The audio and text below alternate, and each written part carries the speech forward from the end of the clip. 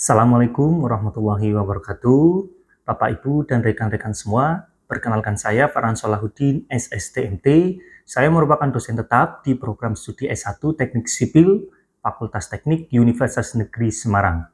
Bidang ilmu yang saya tekuni adalah transportasi, yang mana hal tersebut sejalan dengan latar belakang pendidikan saya di jenjang magister, yaitu S2 di Magister Teknik Sipil dengan konsentrasi bidang transportasi. Dalam peran saya sebagai dosen, khususnya dalam bidang pengajaran, saya mengampu beberapa mata kuliah di program studi teknik sipil. Antara lain, rekayasa lalu lintas, laboratorium rekayasa lalu lintas, dan desain geometrik jalan.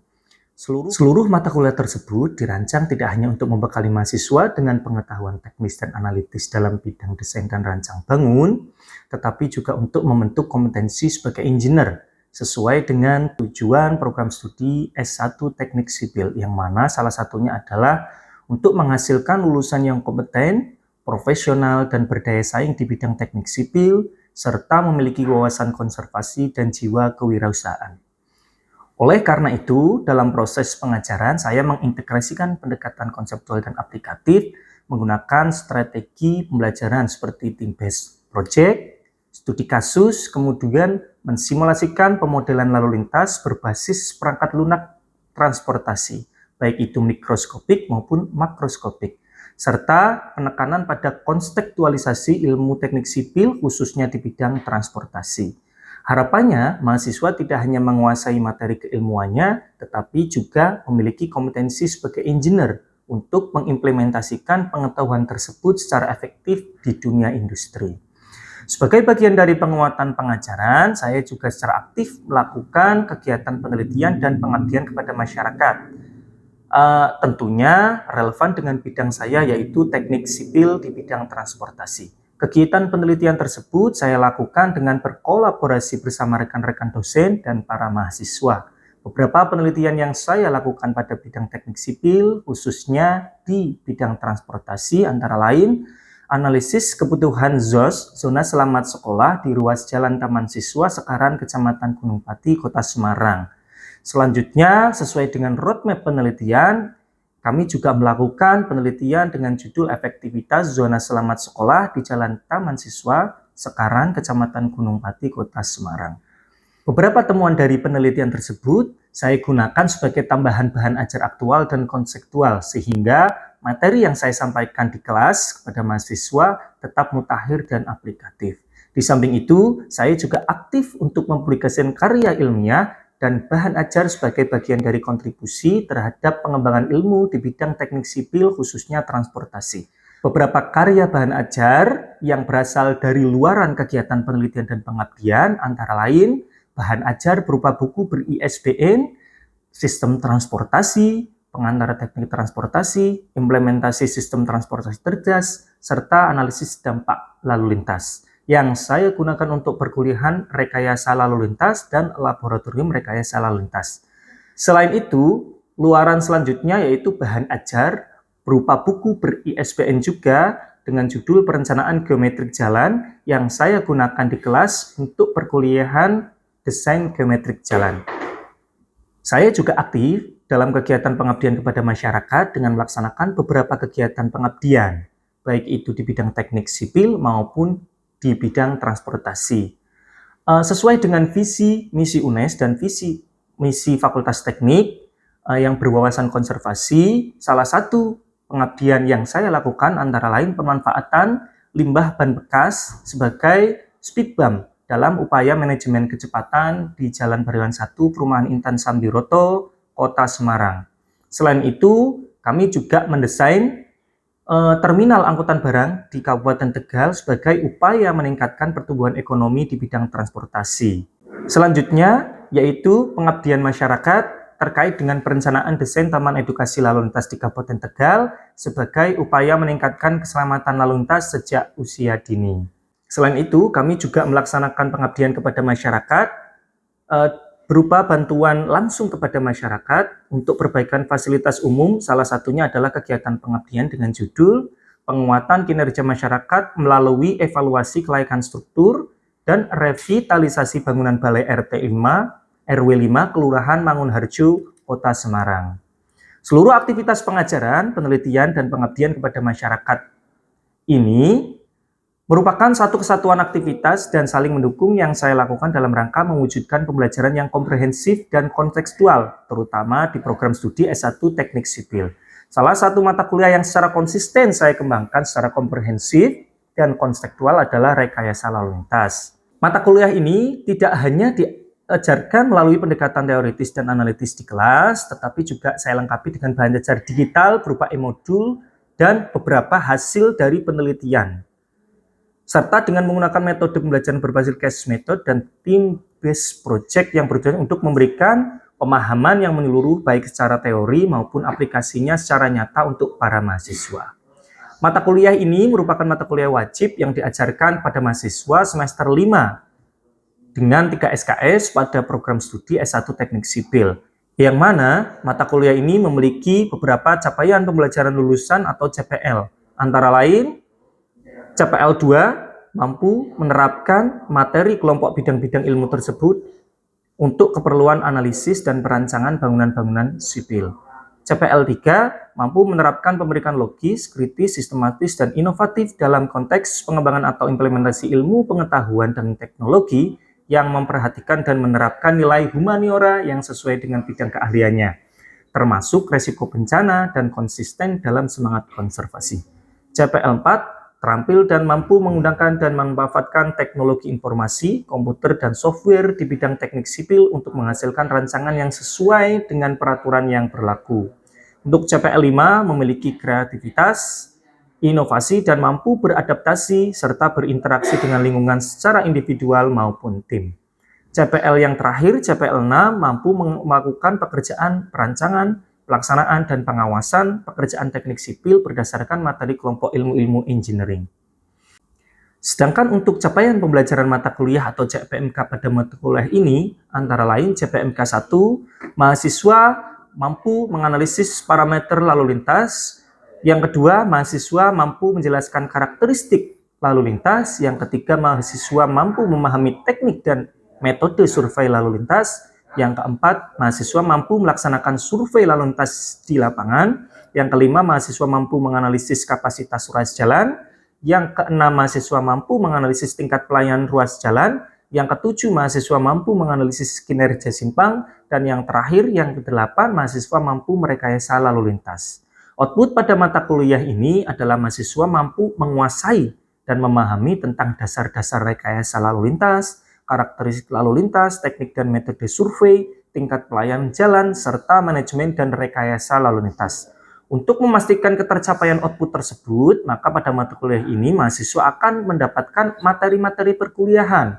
Antara lain yang pertama, pengantar rekayasa lalu lintas yang berisi definisi, tujuan, ruang lingkup. Kemudian karakteristik lalu lintas, di situ ada 3 parameter utama. Yang pertama volume, kedua kecepatan, yang ketiga kepadatan lalu lintas. Kemudian mahasiswa akan mendapatkan materi tentang teknik dan metode survei. Kaitannya dengan 3 parameter tersebut ditambah dengan inventarisasi jalan untuk menghitung kapasitas jalan. Kemudian mahasiswa akan mendapatkan materi tingkat pelayanan jalan yang berisi kapasitas jalan, kinerja ruas jalan, kinerja simpang. Yang terakhir, mahasiswa akan mendapatkan pemodelan lalu lintas terkait dengan simulasi lalu lintas secara mikroskopik dan makroskopik. Kemudian yang terakhir, rekomendasi penanganan sebagai upaya manajemen rekayasa dan lalu lintas. Jumlah tatap muka pada perkuliahan ini adalah 16 kali pertemuan, termasuk 2 pertemuan di dalamnya adalah UTS, ujian tengah semester, dan UAS, ujian akhir semester. Metode pembelajaran yang dilaksanakan secara sinkronus di dalam kelas atau di luar kelas itu dilaksanakan melalui sesi diskusi dan asistensi tugas proyek atau secara asinkronus dengan menggunakan LMS UNES, yaitu Elena. Sebelum pembelajaran dimulai, saya selalu mengunggah materi dan bahan ajar serta penugasan yang akan diterima oleh mahasiswa di Elena. Kemudian saat di kelas, saya menerapkan kegiatan pembelajaran yang efektif dengan menjelaskan materi secara detail disertai dengan contoh dan implementasinya. Serta saya juga memfasilitasi mahasiswa untuk berdiskusi secara kelompok untuk memecahkan masalah atau contoh kasus yang saya berikan. Kemudian, evaluasi pembelajaran yang saya gunakan pada mata kuliah ini adalah aktivitas partisipatif dengan bobot persentase 25%, hasil proyek 30%, penugasan 5%, pelaksanaan kuis 5%, UTS 15%, dan ujian akhir semester 20%. Penilaian dilakukan secara objektif berdasarkan beberapa indikator, antara lain, yang pertama, keaktifan dan kontribusi mahasiswa dalam kegiatan diskusi. Yang kedua, hasil dari tugas proyek perencanaan rekayasa lalu lintas, serta yang terakhir, kemampuan mahasiswa dalam menyelesaikan soal dan studi kasus yang diberikan, baik itu dalam bentuk kuis, tugas, maupun UTS dan UAS. Bahan ajar dan referensi yang saya gunakan pada perkuliahan ini antara lain dari buku ajar sistem transportasi, pengantar teknik transportasi, analisis dampak lalu lintas, implementasi sistem transportasi cerdas, yang merupakan karya saya sendiri. Kemudian manajemen lalu lintas perkotaan, karya Ahmad Munawar, teknik lalu lintas, karya Nur Hidayati, perencanaan dan pemodelan transportasi, karya Oviar Z. Tamin, kemudian yang terakhir pengelolaan lalu lintas dan angkutan jalan, karya Warpani Suwarjoko. Demikian Bapak Ibu, serta rekan-rekan semua untuk deskripsi mata kuliah yang saya ampu.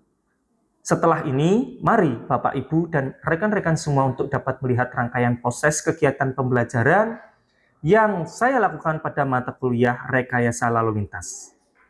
Oke, bismillahirrahmanirrahim. Assalamualaikum warahmatullahi wabarakatuh. Selamat pagi, salam sejahtera bagi kita semua. Gimana kabarnya teman-teman? Alhamdulillah, sehat ya. Oke, ketemu lagi di perkuliahan rekayasa lalu lintas di pertemuan kelima. Nanti kita akan bahas tentang kecepatan kendaraan. Tapi sebelum kita mulai perkuliahan, kita berdoa terlebih dahulu menurut keyakinan dan kepercayaan masing-masing. Oke, kami persilakan berdoa dimulai.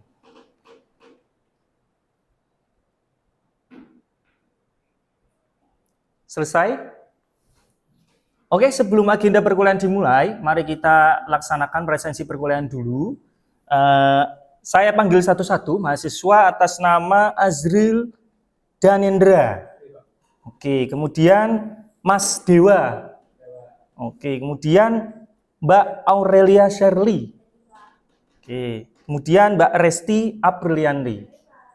Oke, sebelum kita masuk ke materi perkuliahan pekan ini tentang kecepatan kendaraan, kita akan review dulu, kita akan resume dulu hasil diskusi kita yang telah kita bahas di pekan lalu kaitannya dengan volume lalu lintas. Berikut dengan analisisnya. Masih pada ingat materinya? Oke, ada yang bisa jelasin pertemuan kemarin kaitannya dengan volume lalu lintas? Coba.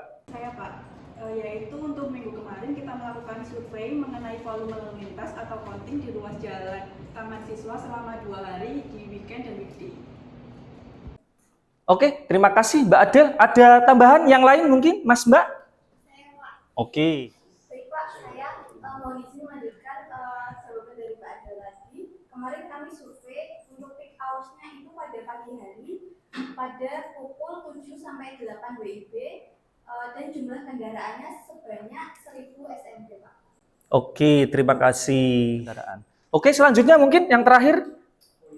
Oke. Jadi untuk metode surveinya kemarin itu kita mencatat kendaraan yang melintas di tertentu dengan pengklasifikasian jenis kendaraan tertentu dengan bantuan aplikasi atau software di gedung multi counter yang bisa diinstal lewat Play Store. Oke, terima kasih.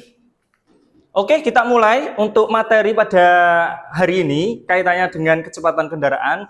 Nah, di sini tuh kita akan bahas kaitannya dengan pelaksanaan surveinya, kemudian pengolahan datanya sampai dengan analisisnya. Nah, nanti di akhir teman-teman diharapkan mampu mengukur dan menganalisis kecepatan kendaraan yang lewat di ruas jalan yang akan diteliti teman-teman. Nah, sebagai intro di sini itu ada utamakan keselamatan. Apakah kita sudah mencapai tujuan? Nah, kalimat ini pernah viral pada masanya pas dari kementerian ya, Bapak Menteri itu ada kata-kata begini, lebih baik tidak berangkat sama sekali daripada tidak pulang ke rumah. Nah, ini salah satu 80% tingkat fatalitas atau kejadian kecelakaan di jalan itu tuh karena overspeed. karena mengebut. Nah, makanya coba ada yang sudah pernah lihat enggak ini rambu-rambu lalu lintas? Pernah ya? Oke, dilihat dari rambu lalu lintas ini ada beberapa fungsi dan kegunaan dari data kecepatan. Salah satunya itu untuk rekayasa lalu lintas bisa. Kemudian untuk desain geometrik jalan bisa. Ini ada yang mau mendesain jalan, kemudian VR-nya, kecepatan rencananya itu harus berapa. Nah, ini data yang dibutuhkan itu kecepatan. Makanya perlu dilaksanakan pengambilan di lapangan atau survei kecepatan secara langsung. Selanjutnya, kalau ini tadi ada contoh kecepatan, batas kecepatan di ruas jalan tol. Ini ada 2 daun rambu, ada yang biru di sini ya, kemudian ada yang merah. Itu maksudnya apa kira-kira? Ada yang tahu?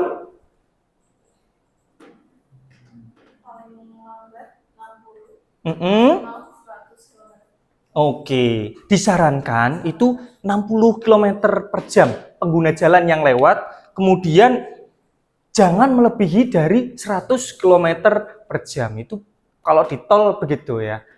Nah, semakin bertambahnya zaman, itu ada inisiasi dari ITS ya, Intelligent Transport System, itu pakai ETLE. E-tilang ya, tahu ya, kalau di tol itu ada yang nyala putih, ada yang nyala biru, itu speed kamera untuk nangkep pengguna jalan yang overspeed. Nanti speednya bisa ketahuan dari situ. Oke, hari ini kita akan bahas sesuai dengan konten kita hari ini, kecepatan arus bebas. Ini bisa dianalisis pakai PKJI ya, kemudian kecepatan sesaat, nanti kita akan mendemonstrasikan, mensimulasikan alat speed gun, alat untuk mengukur kecepatan. Kemudian ada rencana pelaksanaan survei, pengolahan data, dan nanti di akhir diwajibkan penyusunan laporan dan presentasi mahasiswa. Yang pertama, subbabnya kita akan bahas tentang kecepatan sesaat, itu spot speed. Nah, spot speed itu teman-teman bisa mengukur di titik tertentu, nanti bisa tahu kecepatan kendaraan yang diukur menggunakan instrumen penelitian. Nah, beberapa alat yang digunakan sekarang itu ada radar, kemudian ada sensor juga, tapi yang konvensional nanti pakai alat speed gun, alat seperti ini. Nanti kita akan demonstrasikan bareng-bareng ya, untuk teman-teman bisa cara kerjanya bagaimana, cara bacanya gimana, ketahui hasilnya juga bagaimana. Masih ingat rumus dasar untuk menghitung kecepatan? Apa coba?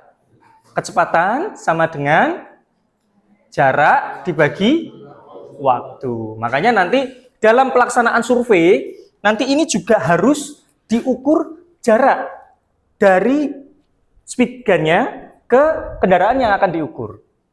Karena itu akan pengaruh. Misalkan jaraknya 10 meter sama jaraknya 20 meter itu akan berbeda. Oke, survei kecepatan sesaat ini bisa dibagi menggunakan beberapa metode. Salah satunya metode konvensional dan metode otomatis. Nah, konvensionalnya mari kita simak. Nah, ini masih ingat ya, kecepatan jarak dibagi waktu. Nah, ini salah satu contoh 2 orang surveyor yang sedang melaksanakan survei kecepatan. Nah, data yang akan diamati itu waktu tempuh dan jenis kendaraannya. Karena kendaraan sepeda motor dan kendaraan mobil, maka kecepatannya akan berbeda, tidak bisa disamakan. Oke, berikut merupakan beberapa instrumen pengamatan atau peralatan perlengkapan yang harus dibawa saat melaksanakan survei kecepatan. Yang pertama itu ada roll meter ya, untuk mengukur jaraknya, kemudian ada stopwatch untuk mengukur time-nya, waktunya, kemudian ada alat tulis untuk mencatat hasilnya, kemudian ada cat bendera atau pita sebagai penanda. Kalau orang itu sudah melewati titik start, kemudian jalan sampai ke titik akhir, nanti benderanya diangkat. Kemudian yang terakhir ada formulir survei. Tahap persiapan dari teman-teman melaksanakan survei ini, yang pertama atur jaraknya dulu. Kalau di pedoman itu minimal jaraknya sebetulnya itu 50 meter. Teman-teman bisa tahu 50 meter dari mana, biasanya ada patokannya. Patokannya itu pasti ada tiang LPJU, penerangan jalan umum. Itu jaraknya itu 50 meter. Bagaimana kalau tidak ada LPJU? Maka teman-teman harus menggunakan tadi roll meter ya, untuk mengukur distance-nya, jaraknya harus 50 meter. Kemudian sebetulnya di sini ada perkiraan kecepatan rata-rata dan panjang lintasannya. Kalau kecepatannya kurang dari 40, maka jarak lintasannya, panjang lintasannya harus 25 meter minimal. Pun sesuai dengan tabulasi yang ada di layar. 40 sampai 60 itu 50 meter. Kemudian kecepatannya di atas 60, panjang lintasannya semakin panjang, 75 meter. Nah, berikut merupakan ilustrasi dari metode kecepatan saat secara konvensional. Ada dua pengamat ya, ada dua orang surveyor, yang pertama di ujung awal, kemudian di ujung akhir.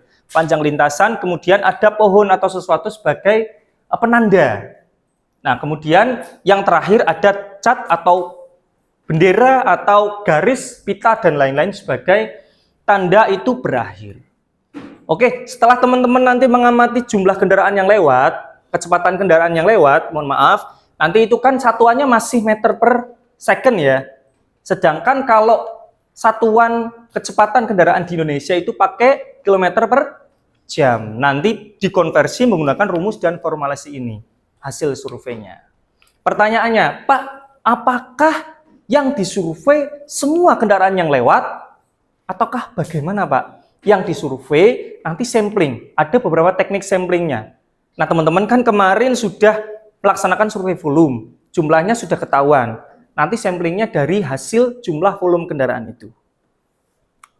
Oke, ini merupakan ilustrasi ya untuk langkah-langkah pengamatan dua metode yang berbeda. Yang satu tadi konvensional, kecepatan sesaat, yang kedua itu kecepatan perjalanan. Bagaimana mengamatinya? Intinya, kalau di kecepatan perjalanan, ini kita harus mengamati dari start mobil ini sampai dengan garis akhir. Kita yang tentukan radiusnya. Bedanya kalau titik kecepatan sesaat itu langsung jalan, tapi kalau perjalanan ini, bagaimanapun kondisi ruas jalannya, lalu lintasnya mau macet, mau berhenti, mau apa, tetap dihitung kecepatan perjalanannya. Nah, langkah-langkahnya bisa diamati dari atas gedung. Kalau dari atas gedung kemungkinan ketinggian ya, bisa jadi. Nah, beberapa teman yang telah melaksanakan survei itu bisa di CPO.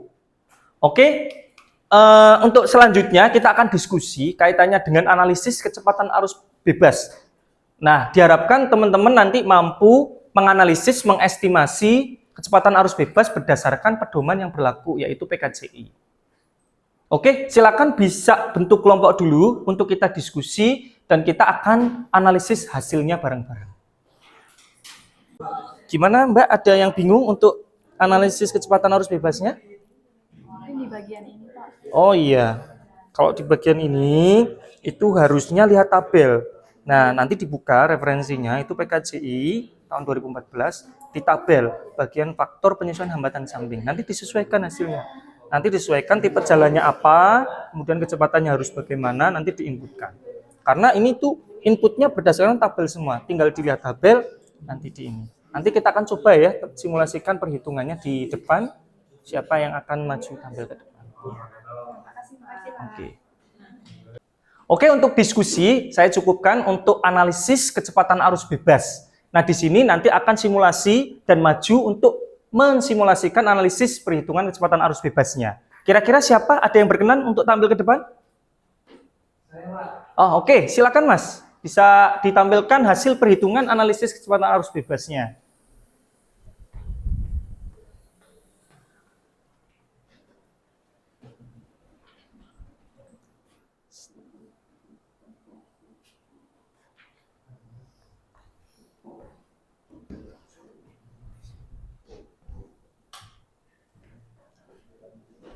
Saya sudah. Saya ngomong nggak apa-apa.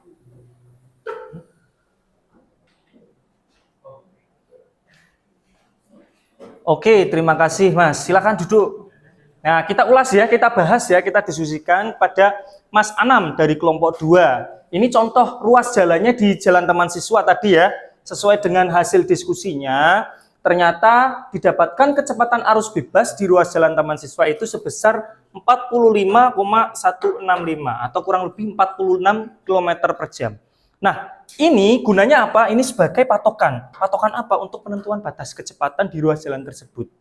Nanti kalau mau desain rambu, kalau mau desain sesuatu, VR kecepatan rencana harus berpatokan pada analisis yang telah dilaksanakan oleh kelompok 2 tadi. Begitu juga kelompok yang lain menyesuaikan dengan ruas jalan atau objek yang diteliti. Sampai sini ada pertanyaan mungkin? Cukup ya? Oke, setelah kita mengulas kaitannya dengan estimasi atau analisis kecepatan arus bebas, waktunya kita untuk melaksanakan simulasi alat untuk kita terjun ke lapangan untuk survei kecepatan kendaraan. Nah, ini saya butuh 2 orang untuk tampil ke depan untuk simulasi. Kira-kira siapa yang berkenan tampil ke depan? Oke, satu lagi? Oke, silakan Mas, Mbak. Oke, jadi gini Mas, Mbak, nanti di sini ada tombol ya. Di sini ada tombol, perhatikan teman-teman. Nah, tombol ini kalau mau dipakai itu ditekan dulu. Ditekan agak lama, sekiranya 3 detik. Nanti dia muncul indikator on. Nah, ini sudah bisa digunakan. Cara penggunaannya adalah surveyor berdiri di satu tempat, tidak boleh berpindah-pindah. Nah, dengan jarak yang sudah diukur. Jaraknya misalkan tadi 25, ada yang 50 meter, nanti diukur dari titik tertentu. Misalkan surveyor di sini 25 meter, nanti bisa diukur, di-shoot. Caranya, nanti coba pegang Mas. Nah, ngukurnya kayak gini. Ya, tangan lurus, ya Mbak, tangan lurus. Kemudian ada kendaraan yang lewat, langsung diikuti. Begitu. Sambil ininya ditekan, tuasnya ditekan. Jadi mengikuti kendaraan yang sedang lewat. Jadi kayak menembak ya, menembak itu tapi menembak kendaraan yang lewat. Oke, kecepatan tangan kita bergerak mengikuti dari kecepatan kendaraan yang akan kita tembak. Ya, oke. Terima kasih Mas, bisa duduk kembali. Oke, selanjutnya kita akan bahas kaitannya dengan rencana kegiatan kita untuk pekan depan. Target kita, to-do list-nya yang pertama nanti akan dibuat tim dan penentuan ruas jalan. Nanti ada pembagian kelompok, kemudian tentukan ruas jalan yang akan diteliti untuk sebagai analisis kecepatannya. Kemudian kita akan melaksanakan survei pengumpulan data primer tentunya di lapangan, kemudian diolah dan dianalisis, dan ada penyusunan laporan nanti dipresentasikan hasilnya masing-masing per kelompok. Oke, terima kasih. Demikian beberapa poin yang perlu kami sampaikan dalam agenda perkuliahan kali ini. Sebelum saya tutup, mungkin ada pertanyaan dari teman-teman? Izin bertanya, Pak. Oke. Untuk besok jalan yang harus kita survei itu kriterianya seperti apa ya, Pak? Oke, penentuan ruas jalannya ya Mas ya. Untuk penentuan, perhatikan teman-teman, untuk penentuan ruas jalan, ini ruas jalannya harus dicatat dulu tipe jalannya itu berapa, kelas jalan itu berapa, fungsi jalannya itu apa. Jangan sampai ruas jalannya itu lokal atau gang-gang gitu ya, atau gang. Di sekitar UNES kan banyak ya, ada Gang Cempaka Sari, itu tidak boleh. Minimal ruas jalannya itu yang kayak ruas jalan Taman Siswa atau Banaran. Kurang lebih seperti itu Mas.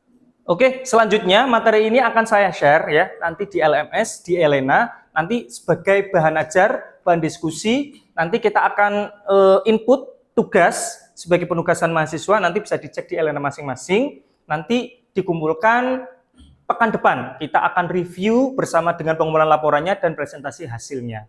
Demikian beberapa hal yang perlu kami sampaikan. Sebelum kita akhiri, kita berdoa dulu. Menurut agama dan kepercayaan masing-masing, berdoa dimulai. Selesai? Oke, saya ucapkan terima kasih, saya apresiasi kepada teman-teman semua yang hadir dalam pelaksanaan perkuliahan rekayasa lalu lintas.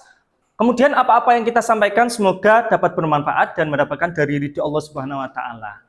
Saya akhiri perkuliahan kali ini. Assalamualaikum warahmatullahi wabarakatuh. Demikian video pembelajaran yang saya lakukan pada mata kuliah rekayasa lalu lintas. Terima kasih. Akhir kata, Assalamualaikum warahmatullahi wabarakatuh.